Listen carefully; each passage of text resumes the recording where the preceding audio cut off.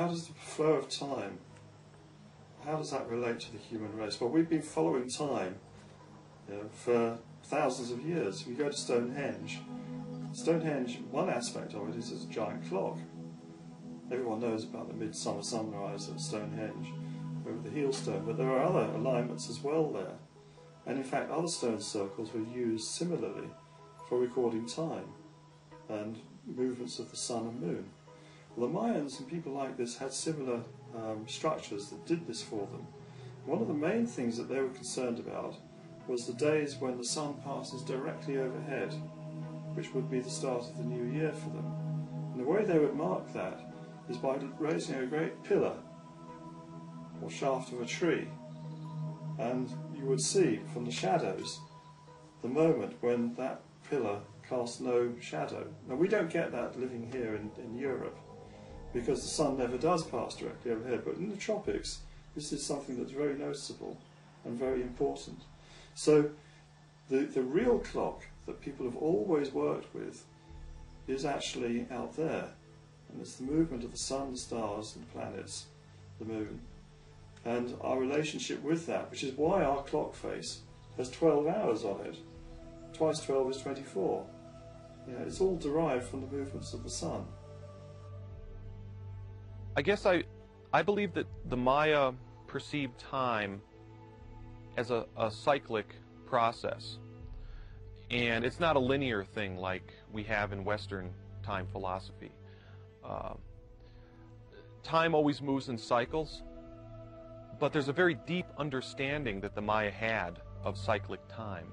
It's not so much a circle, which seems to have no beginning and no end. Instead, time it's kind of like a cycle, but it's like the breathing cycle. It's like breathing in and breathing out. It's like moving into closer relationship with the source and then moving out of relationship with the source. And the Maya understood that this kind of understanding of cyclic time brings us into and out of relationship with our true selves. It's very much a part of the cycles of time that there's cycles, there's periods of increasing darkness when humanity is forgetting their true natures, and then there's periods in which humanity is remembering their true natures.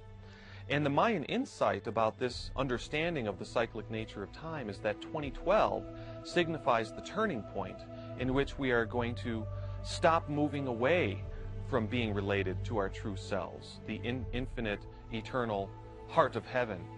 And instead we're going to turn the corner and have this opportunity to move back into closer, more intimate union with the eternal Creator and our true selves. The beauty of the Maya calendar, especially for Western philosophy or Westerners, is that it provides a sacred dimension to experience. There's a certain quality or characteristic of life in the modern world in which we are disconnected from the sacred dimension. And it's the indigenous wisdom, very nicely and beautifully exemplified in the Maya calendar, that can provide a doorway for us to reconnect with the sacred in our own lives. You have to understand that what we know about the Maya, we know a lot more now than we did even 10, 20, 30 years ago. But there's probably still a lot more that we don't know. And in fact, the Mayan elders themselves tell us this. They tell us that there are things that they know that have been passed down to them by their ancestors, which they were not allowed to speak about, and which they're only now starting to reveal, because we're coming up to this crucial date of 2012. So I personally think it's a fool who thinks we know everything. You know, a wise man is always open to discover that he doesn't know anything, that there's much more to learn. Unless we have a radical change of consciousness, that's the future that very large numbers of people seem to be okay with. And that's what I find scary. It's a future with no soul. And this is where I personally then leave the scientific and the political, which I'm still active in, and talk to my teachers, the yogis and the shamanic people. And they are saying, Great Spirit will not allow this. It will not allow this deterioration of soul. There's a human project here and she, the Great Mother, will bring it all down. She is going to wipe the slate clean, and a big change, really deep change is coming. I don't know what that's about. We've been given a deadline, as it were, of 2012. And you know, I have a Himalayan yogic master, and he's saying the same thing as the Mayans or the Hopi. And they're saying that it will be sudden. And after that, people will be awakened, as if it will be such a huge change that it'll just change consciousness. But at the same time, it is expected that a large part of the world's population will perish. So I think in terms of that 2012 point of reference, I think it's like the age of Aquarius. You think, well, where does it start? Where does it begin?